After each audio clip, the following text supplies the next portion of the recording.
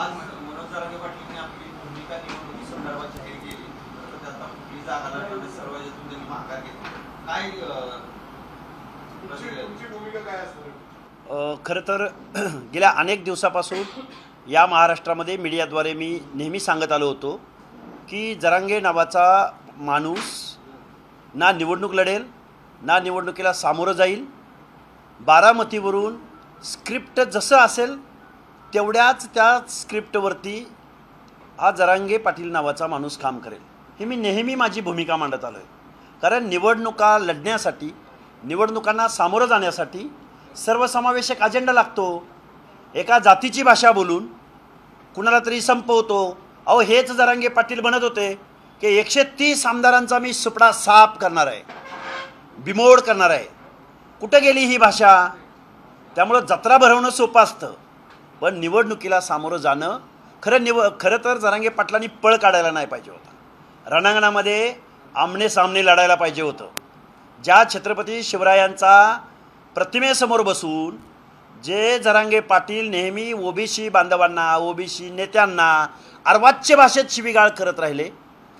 मागच्या लोकसभेच्या निवडणुकीमध्ये बारामतीकरांच्या सांगण्यावरनं त्यांनी महाविकास आघाडीचा प्रचार केला, ठराविक उमेदवारांचा प्रचार केला आणि ओबीसीच्या लोकांना असं पाडा की यांच्या 7 पिढ्या राजकारणात आल्या नाही पाहिजेत, ही जी भूमिका घेतली होती ती भूमिका खरं तर महाविकास आघाडीच्या नेत्यांना फायद्याची होती.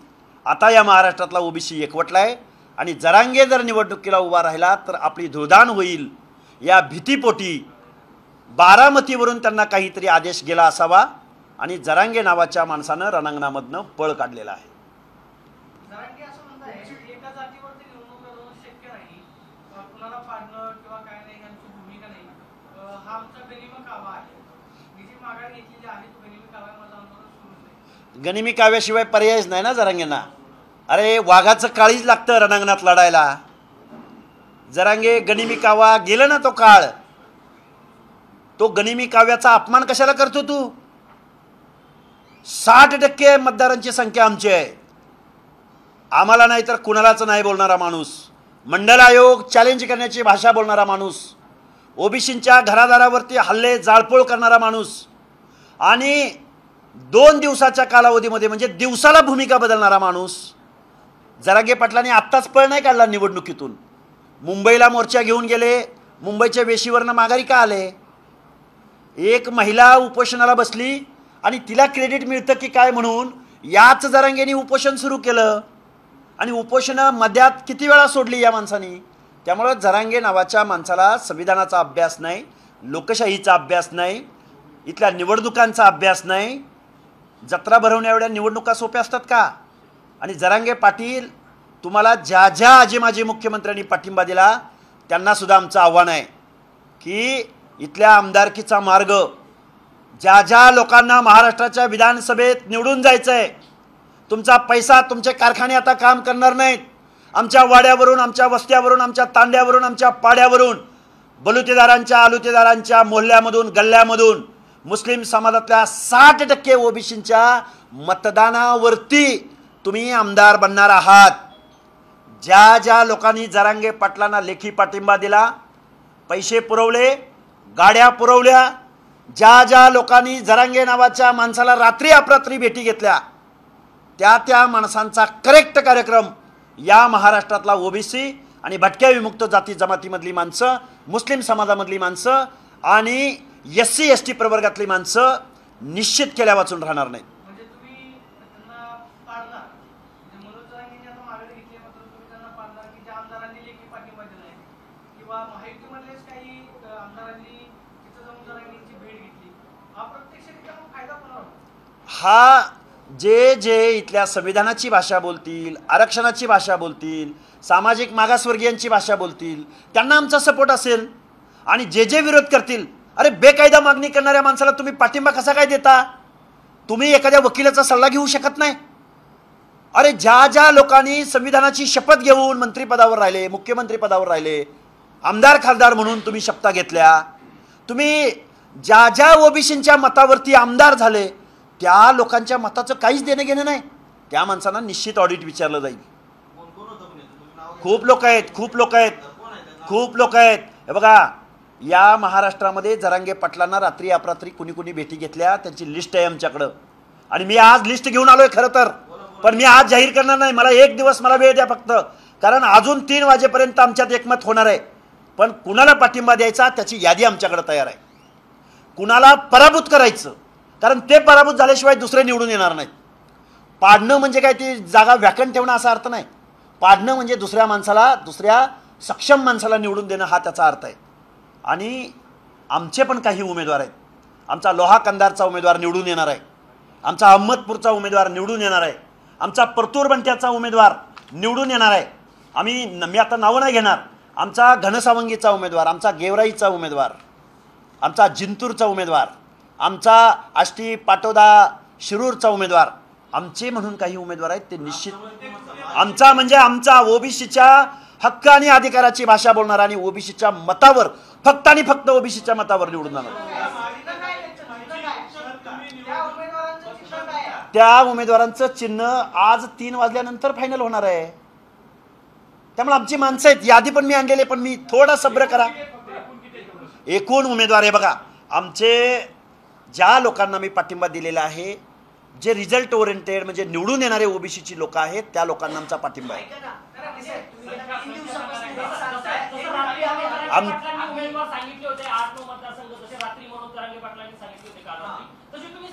माझ्याकडे यादी तयार आहे, पण माझी तुम्हाला विनंती आहे, 1 मिनिट. टेक्निकल बाब अशी आहे, ऐका, टेक्निकल बाब अशी आहे की एका मतदारसंघामध्ये 2-2, 3-3 ओबीसीने अर्ज भरलेले आहेत आणि आज दुपारी 3 वाजेपर्यंत त्यामधले काही विड्रॉल होणार आहेत.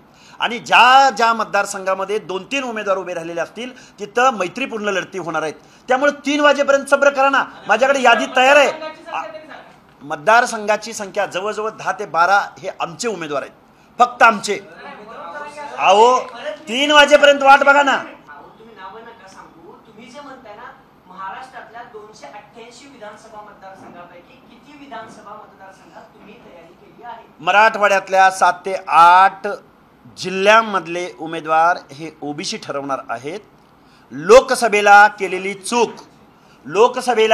चूक विधानसभेला होणार नाही. आणि जर या 8 जिल्ह्यामध्ये किंवा महाराष्ट्रामध्ये ओबीसीनी लोकसभेला केलेली चूक जर परत केली तर 2024 नंतर ओबीसीचं आरक्षण संपलेलं असेल.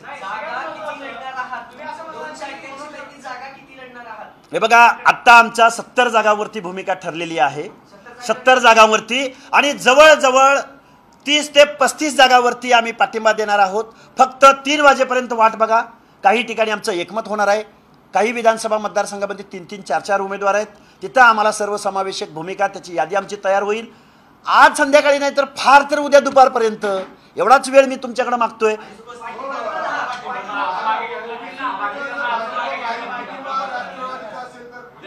काय बोलले? ओबीसी उमेदवार जर महायुती किंवा महाविकास आघाडीचा असेल तर त्याला पाठिंबा देणार आहे? ओबीसीचे उमेदवार जे रिझल्ट ओरिएंटेड उमेदवार आहेत, जे निवडून येणारे उमेदवार आहेत, ते कुठल्याही पक्षाचे असोत. म्हणजे कुठे अहो आहेत, भरपूर नाव आहेत. अजिबात होणार नाही. माझ्याकडे यादी तयार आहे.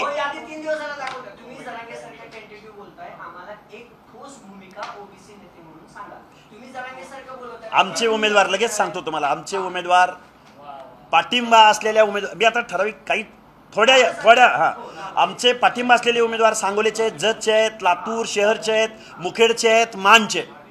अशी ते कुठलेही असो, तो ओबीसीचा रिझल्ट ओरिएंटेड उमेदवार.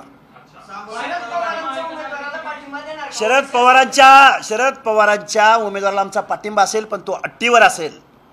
ओबीसीच्या आरक्षणाच्या संविधानात्मक चौकटीला धक्का लावणार नाही. याला जर शरदचंद्रजी पवारांच्या उमेदवाराचा पाठिंबा असेल तर आम्ही त्याची सभा सुद्धा घेऊ. पण त्यांच्या नेत्याच्या सांगण्यावरनं जर ते काळं बेरं करायला उभे राहिले असतील तर त्या माणसाच्या विरोधात त्याला पाडा म्हणून सुद्धा आम्ही या महाराष्ट्रामध्ये बॉन्ड पेपर सोडावं. इथं संविधानाची शपथ घेणारे कधी जागत नाहीत. जरांगे पाटलांना मी शिलालेखावरती लिहून घ्या म्हणून सांगितलं होतं. त्यामुळे हे बॉन्ड पेपर वगैरे सोडा. आम्हाला कळतंय ना कुणाची नियत किती साफ आहे ते. त्यामुळे शरदचंद्रजी पवारांचा बी फॉर्मवर उभे राहणाऱ्या माणसांच्या विषयी आमच्या मनात शंकाच आहे. पण जर आम्हाला लिहून देणार असतील तर त्यांच्या मतदारसंघामध्ये जाऊन जाहीर सभा घ्यायला हा लक्ष्मण हाके तयार आहे. शरद पवारांची स्क्रिप्ट मनोज जरांगे वाचताय, तुम्ही आता असंही म्हणालात की आम्ही शरद पवारांचा प्रचार करायलाही तयार आहे. शरद पवारांचा नाही, शरद पवारांचा एखादा ओबीसीचा उमेदवार असेल आणि तो जर आम्हाला ओबीसी आरक्षणाबाबत एक लेखी म्हणण्यापेक्षा जर आम्हाला कन्व्हिन्स करत असेल तर आम्ही त्याची भूमिका घेऊ. म्हणजे अप्रत्यक्षरित्या महायुतीची भूमिका घेत आहे असं तुमच्यावरती आरोप होतो. का अशोकराव चव्हाण महायुतीत नाहीत का? अशोकराव चव्हाण जोपर्यंत आम्हाला ओबीसी आरक्षणाबद्दल जाहीर भूमिका घेणार नाहीत तोपर्यंत आम्ही भोकरमध्ये जाऊन, मी आत्तापर्यंत भोकरमध्ये 3 सभा घेतलेले आहेत. ते काय महाविकास आघाडीची आहेत का? औशामध्ये मी सभा घेतलेली आहे, ते काय महाविकास आघाडीची आहेत का? किती मतदारसंघामध्ये माझ्या जवळजवळ 60 ते 70 सभा या महाराष्ट्राच्या वेगवेगळ्या विधानसभामध्ये झालेल्या आहेत. परतूर मंठ्याचा उमेदवार तो काय महाविकास आघाडीचा आहे, तिथंही माझी सभा झालेली आहे. जर कदाचित हो, मग तेच सांगतो ना की तुम्ही मला महायुतीचा आरोप करू शकत नाही, कारण मी महायुतीच्याच उमेदवारांच्या विरोधामध्ये अनेक सभा घेतलेल्या आहेत.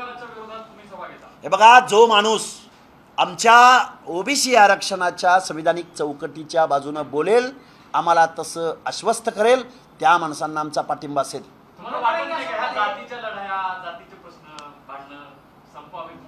संपवित आम्हाला मस्त वाटतंय हो, पण सुरुवात कुणी केली, पाठिंबा कुणी दिला, पैसे कुणी पुरवले, या गोष्टीचा विचार झाला पाहिजे की नाही. आम्ही निश्चित भूमिका घेणार. मी पळ काढलेला नाही, मी पळ काढणारा नाही. माझ्याकडे उमेदवारांची यादी तयार आहे. 3 वाजेपर्यंत वाट बघा. तुम्ही पळ काढणार नाही मान्य आहे. जरांगेंची ही भूमिका आणि हाकेंची ही भूमिका, नेमका फायदा दोन्ही नेत्यांकडून कोणाला होतो? हे बघा, आमची भूमिका ही ओबीसीच्या हक्क आणि अधिकाराची भूमिका आहे. महाराष्ट्रातल्या 200 विधानसभा मतदारसंघामध्ये 2 लाखाहून जास्त संख्या ही ओबीसी आणि भटक्या विमुक्त जाती जमातींची आहे. पण महाराष्ट्रामध्ये 25 पेक्षा जास्त उमेदवार रुलिंग पार्टीनी म्हणजे सत्ताधारी पक्षाने दिलेले नाहीत.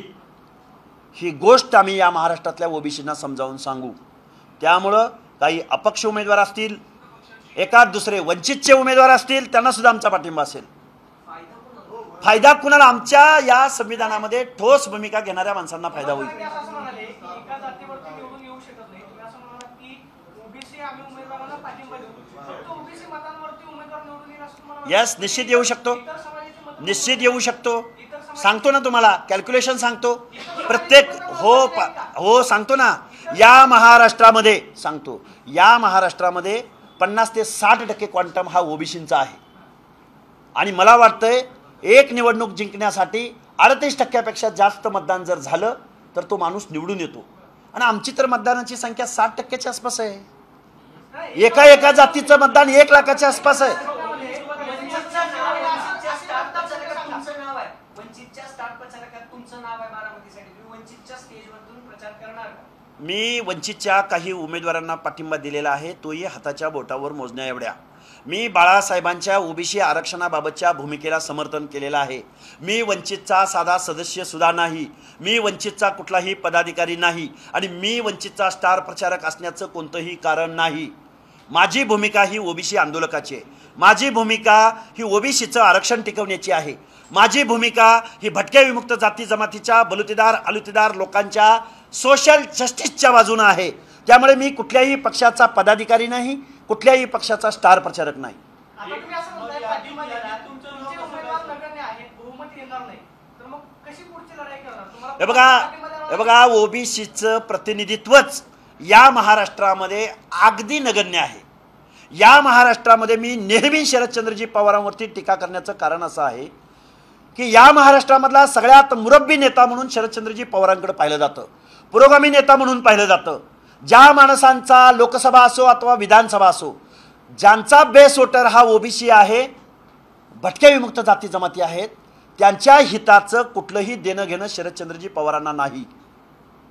जबाबदार माणूस जर जरांगेंना समजावून सांगू शकत नसेल तर त्या माणसाला, त्या माणसाच्या पक्षाला ओबीसीनी का मतदान करायचं? नाही, मात्र तुमच्यावरती उद्या असे आरोप होईल की शरद पवार आणि मनोज जरांगेंचे संबंध काय, पुरावे आहेत का तुमच्याकडे? तुम्हीच मीडियाद्वारे मांडलंय जरांगे फॅक्टर कुणी मांडला? तुम्ही सकाळी 7 वाजल्यापासून आमच्याकडे पुरावे आहेत, तुम्हीच मीडियाद्वारे दाखवलेले आहेत. रोहित पवारांनी कधी भेट घेतली, शरदचंद्रजी पवारांनी कधी भेट घेतली, जरांगेंच्या सगळ्यांचं ऑडिट होईल. एकनाथ शिंदेच्या जवळपास 8 नेत्यांनी भेट घेतल्या होत्या, त्यावर का नाही बोलत आहे? बोलतोय मी, भुमरेवर बोलतोय, मंगेश चिवटेवर बोलतोय, ज्या माणसाने मी बोललेलो आहे. मुख्यमंत्र्यांनी सुद्धा 12-13 करोड जनतेच्या दायित्वाची शपथ घेतलेल्या मुख्यमंत्र्यांनी ओबीसीच्या आरक्षणाला धक्का लावू नये ही आमची भूमिका. वेळोवेळी काढा सगळ्या मीडियामधल्या फुटेज. एपीएमसी मार्केटमधला चेहरा तुमच्या लक्षात असेल. एपीएमसीच्या मार्केटमधला मुंबईतला फोटो मी तुम्हाला दाखवतो. त्याच्यावर मुख्यमंत्री मंगेश चिवटेंना उचलून मराठा बांधवांनी नेलं होतं. मुख्यमंत्र्यांनी पण सपोर्ट केला असं नाही वाटत खोटं राजपत्र काढून? जी माणसं असंविधानिक वागलेली आहेत ते मुख्यमंत्री असोत किंवा उपमुख्यमंत्री असोत, त्यांना आमचा विरोध राहील. ज्या माणसांनी सुप्रीम कोर्टाने नाकारलेलं असताना सुद्धा, राज्य मागासवर्ग आयोगाने नाकारलेलं असताना सुद्धा, न्यायिक संस्थांनी ज्यांना रिझर्वेशन पॉलिसी ठरवण्याचा संविधानिक अधिकार आहे त्या लोकांनी नाकारलेलं असून सुद्धा ज्या लोकांनी बेकायदा GR काढण्याचा प्रयत्न केला, माझ्या मराठा बांधवांना फसवण्याचा प्रयत्न केला, जरांगे सहित सर्वजण, त्या लोकांना आमचा विरोध असेल. नाही, आता ते सोशल मीडियावरती तुमची बरीच चर्चा होती की लक्ष्मण हाकेंचं अनेक निवडणुकांमध्ये डिपॉझिट जप्त झाले, त्यांना स्वतः निवडून येता नाही आलं. काय निवडून आणणार? तुम्ही आज कशाला प्रेस घेताय? टार्गेट केलं जातं. त्याला काय? तुम्ही माझ्या मताला कशाला मग प्रेस घ्यायला आलाय? तुम्ही माझी एवढी निशन्स व्हॅल्यू कमी असेल, तुम्हाला माझी निशन्स व्हॅल्यू कमी असं म्हणायचं का? अरे सोशल मीडिया प्रत्येकाची व्हॉट्सअप युनिव्हर्सिटी आहे. हे बघा, एक उदाहरण सांगतो, परत तुम्ही असं म्हणू नका की तुम्ही त्यांच्याशी तुलना करताय का. या महाराष्ट्रामध्ये महात्मा ज्योतिराव फुल्यांना पुणे म्युनिसिपल कॉर्पोरेशनच्या निवडणुकीमध्ये फक्त 3 मतं पडलेली होती. संविधानाची निर्मिती करणाऱ्या डॉक्टर बाबासाहेब आंबेडकरांना सुद्धा याच महाराष्ट्रामध्ये पराभवाला सामोरं जावं लागलेलं होतं. म्हणजे त्यांचं महत्त्व कमी होतं, म्हणजे त्यांची शोषितांना वंचितांना न्याय देण्याची, त्यांची बाजू मांडण्याची भूमिका त्याचं कमी पण येतं. तुम्ही काय बोलताय?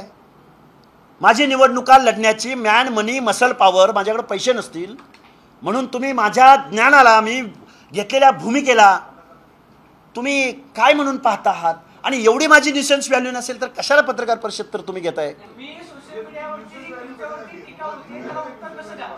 येऊ घातलेल्या निवडणुकीमध्ये हे बघा, वैयक्तिक भूमिका नाही. सोशल मीडियावरती तुम्हाला सातत्याने टार्गेट केलं जातं.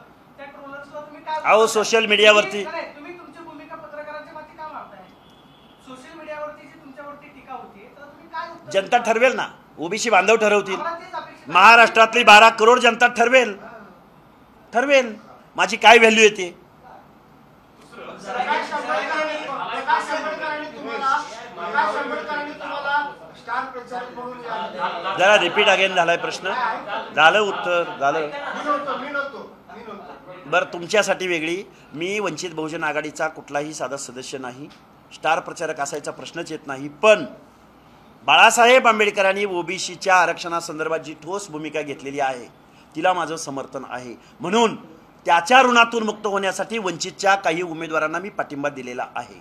हे सत्य आणि वास्तव मी महाराष्ट्रासमोर मांडत आहे. ओबीसी आरक्षणाला धक्का लागू नये अशी तुमची भूमिका आहे. तुम्ही म्हणता की कुठल्याही पक्षाचा असला, ओबीसीच्या विचारांचा असला तर पाठिंबा देणार, बरोबर? तर असे किती उमेदवार आहेत जे पक्षाचे नाहीत, अपक्ष आहेत, त्यांना तुम्ही पाठिंबा द्यायचं ठरवलं? 17 उमेदवार आहेत. बरं, जे अपक्ष आहेत, जे अपक्ष आहेत त्याची काही ठराविक नावं पण मी आता मगाशी सांगितलेली आहेत तुम्हाला. मनोज जरांगे पाटलांनी भूमिका अशी घेतली की आम्ही जातीचं प्रकार राजकारणासाठी हे सगळे माघार आहे. आता तुम्ही ते परत तेच मनोज जरांगे पाटील आता पत्रकार परिषदेत म्हटले की राजकारण जातीच्या ह्याच्यावर नाही करायचं किंवा निवडणुका जातीवर नाही लढायची. मग का आरक्षण जातीवर मिळतं का? कुणी सांगितलं जरांगेंना जातीवर आरक्षण मिळतं म्हणून? आरक्षण प्रवर्गाला भेटतं. कुणी सांगितलं? जात डोळ्यासमोर ठेवून आरक्षण दिलं जातं. पण तुम्ही परत निवडणुकीसाठी आता ओबीसीचा उल्लेख करताय की ओबीसी या नात्याने आम्ही उमेदवार लढवतो. अहो, ओबीसीच्या हक्क अधिकाराचं संरक्षण करणाऱ्या पक्षाला पाठिंबा देणं गैर आहे का? त्यांनी तसं सांगितलं असं म्हणून म्हणतो की त्यांनी ती भूमिका नाही घेतलेली. हीच भूमिका त्यांनी आरक्षणाच्या लढ्यात घ्यायला हवी होती. हीच भूमिका त्यांनी बॅनरवरती फुले शाहू आंबेडकरांचा फोटो घेऊन समतेचं तत्व देणाऱ्या, आरक्षण पॉलिसी देणाऱ्या माणसांचा विचार मांडायला हवा होता. हेच तत्व त्यांनी ओबीसीच्या लोकांचा आदर सन्मान करायला हवा होता. त्यांच्या प्रॉपर्टी जाळता तुम्ही, त्यांना शिव्या घालता तुम्ही हुकुमशहाची भाषा बोलता. हे कुठल्या चळवळीच्या नेत्याचं लक्षण आहे? हा पुरोगामी महाराष्ट्र आहे. तुम्ही सरळ आरोप करताय की जरांगेंना पाटील काय निश्चित आहे. कारण पवार साहेबांनी ज्या ओबीसींच्या, ज्या भटक्या विमुक्त जाती जमातींच्या बेस वोटरच्या जोरावरती राजकारण केलं.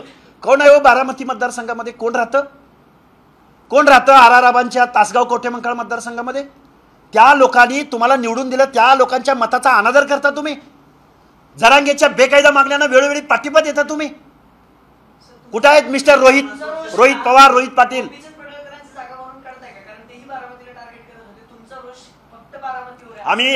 आम्ही सत्ताधाऱ्यावर आरोप करायचे नाहीत, तर आम्ही कुणावर आरोप करायचे? प्रश्नच नाही. एका घरामध्ये किती पद आहेत बघा तुम्ही. हा पुरोगामी महाराष्ट्र आहे, हा पुरोगामी नेता आहे. एका घरामध्ये किती लोक? अजितदादा पवार, सुनेत्रा पवार, योगेंद्र पवार, रोहित पवार, शरद पवार, सुप्रिया सुळे. कुठला पुरोगामी महाराष्ट्राची भाषा बोलताय तुम्ही? तुम्हाला एवढं वाईट वाटतं? किती घरात पदं असावीत एका, आणि ती पण महत्वाची पदं आहेतच. अहो वरळी ती परळी. हे बघा, ओबीसी आरक्षणाच्या बाबतीमध्ये ज्या ज्या लोकांनी मानभवी भूमिका घेतली त्या माणसांना बाजूला सारा. नाही, तुम्ही परत एक सांगा, तुमची निवडणूक ही फक्त ओबीसी फॅक्टरवरती चालणार ही सर्वसमावेशक असेल? जर नसेल तर मग तुम्हाला इतर समाजाची मतं कशी भेटतील? ती तुम्हाला मदत करतील अशी तुम्हाला अपेक्षा आहे? हे बघा, निवडणुकीच्या राजकारणामध्ये ओबीसी वाईसलेस आहे, ओबीसी अनऑर्गनाइज्ड आहे. मे बी ही निवडणूक आमची कुणाला तरी गणित बिघडवण्यासाठी, कुणाला तरी पाडण्यासाठी असेल, आणि वेगळ्या माणसांना मग मे बी त्यामध्ये सर्वसमावेशक किंवा लिबरल भूमिका घेणारी माणसं निवडून जातील. रिपीट अगेन अगेन निवडून जाणाऱ्या माणसांचा पराभव होईल. ही आमची अर्धी लढाई इथं सक्सेस होऊ शकते ना. त्यामुळे पहिल्याच निवडणूक, अरे पाडल्याशिवाय दुसरे कसे जातील निवडून?